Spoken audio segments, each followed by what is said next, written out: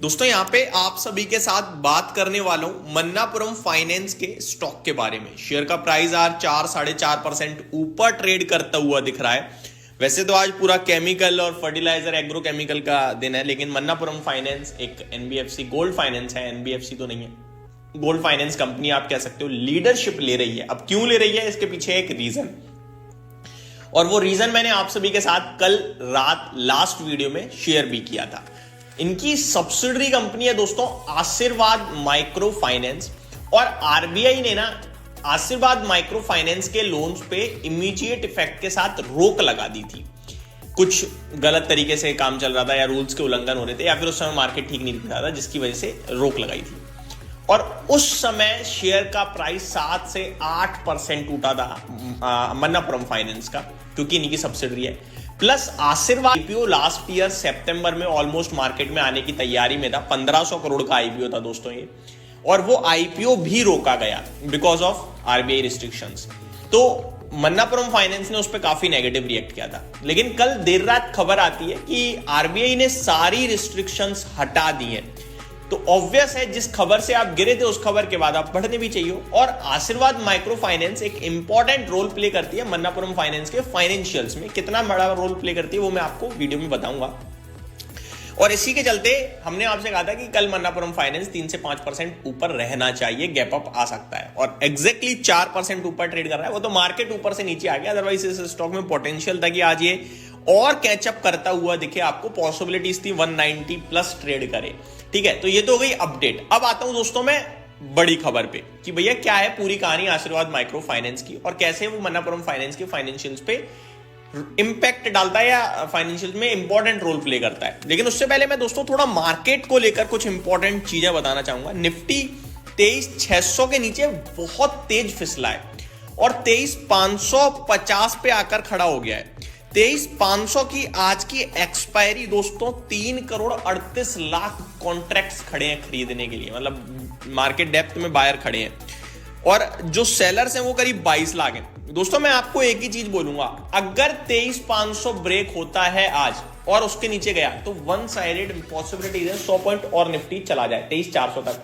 ये चीज मैं आपकी केवल और केवल जानकारी पर्पस से शेयर कर रहा हूं, ऐसा नहीं कह रहा हूं पुट ले लेना या फिर कुछ ले लेना, क्योंकि उस पर हमारा पकड़ ही नहीं है। जिस चीज पे उस पर क्या बस डिस्कस कर सकते हैं वो कर दिया आपके साथ। यानी आपके दिमाग में होना चाहिए अगर टूटेगा तो थोड़ा तेजी से जाएगा नीचे, तो आप कोई गलत फैसला मत ले लेना है कि पुट ले रहा हूं या अपना सौदा बेच रहा हूं। वो आज होगा एक्सपायरी से रिलेटेड, जो भी होगा कल इंपॉर्टेंट है दोस्तों। 23,500 पे हम सपोर्ट ले रहे हैं, तो 23,500 ब्रेक होते ही वो थोड़ा ट्रिगर करेगा शॉर्ट सेलिंग।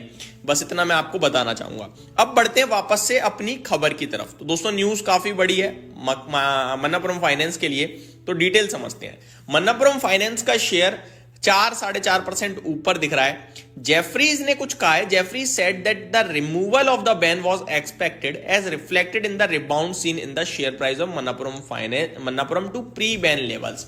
तो जेफरीज कह रहे हैं कि ये उम्मीद थी हमारी कि ऐसा कुछ होने वाला है, क्योंकि मन्ना लगाया था, उसके बाद टूटा और वापस से उसी भाव पे आ गया था जिस भाव पे वो बैन से पहले था। तो हो सकता था ऐसी कुछ आ जाए रिलीफ, तो आ गई। यानी जेफरीज कह रहे हैं अब हमारे लिए ज्यादा कुछ खास नहीं है, क्योंकि हमारी एक्सपेक्टेशन थी, स्टॉक ऑलरेडी रिबाउंड कर चुका है।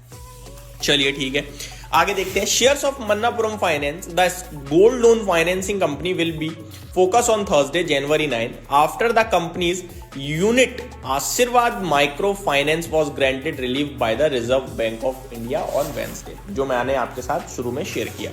India's central bank lifted sanction on the disbursal of loans on Ashirwad that were imposed in October last year.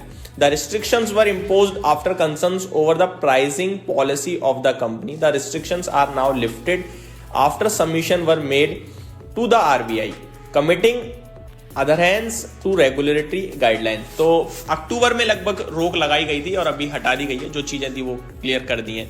अब कितना इंपॉर्टेंट रोल प्ले करता है वो देखते हैं फाइनेंशियल्स के हिसाब से। मन्नापुरम हैड एक्वायर्ड आशीर्वाद इन 2015। मन्नापुरम ने आशीर्वाद माइक्रो फाइनेंस को 2015 में अधिग्रहण किया था, यानी लिया, खरीदा था।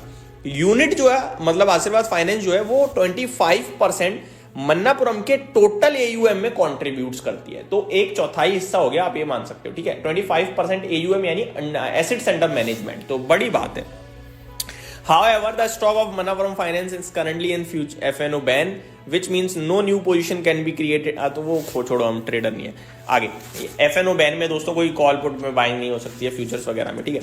Interestingly Manappuram finance closing 180 is the same of October 16 last year. तो 2024 यानी पिछली साल अक्टूबर 16 को भी शेयर का भाव 180 ही था जब बैन लगा था, और यहीं से टूटा. स्टॉक ऊपर आ गया वापस से, और जब बैन हटाए तब भी 180 है, अभी 188 हो गया है. तो कहना ये चाहते हैं जो जेफरीज कह रहा है कि stock, brokerage firm Jefferies raised its target on Manappuram to 190 but maintain its hold rating. तो जेफरीज ने टारगेट तो थोड़ा 190 रुपए का दिया है, बट होल्ड की रेटिंग दे रखी है, और स्टॉक ऑलरेडी 190 पे ही आप कह सकते हो ट्रेड कर रहा है. वहीं मॉर्गन स्टेनली इक्वल वेट की रेटिंग दे रहे हैं और 175 रुपए का टारगेट दे रहे हैं. तो इनका तो नीचे का टारगेट है करंट भाव से. तो मिली जुली रुझान है दोस्तों मन्नापुरम फाइनेंस पे. तो आज इसको खबरों के दम पर एक्शन में देखने को मिल रहा है. अभी आगे देखते हैं कैसे करता है. बाकी ब्रोकरेज हाउस तो मिले जुले हैं, और जो टारगेट ऊपर का भी दे रहे हैं वो करंट भाव का ही दे रहे हैं, और जो नीचे का दे रहे हैं वो यहाँ से भी 15 रुपए नीचे की बात कर रहे हैं. बाकी मार्केट आपके लिए 23,550 पे ट्रेड कर रहा है. 23,500 के नीचे ही वीक होगा, जब तक नीचे नहीं, जब तक 136 या 200 पॉइंट नीचे, तब तक तो 23,500 पे आएंगे हम.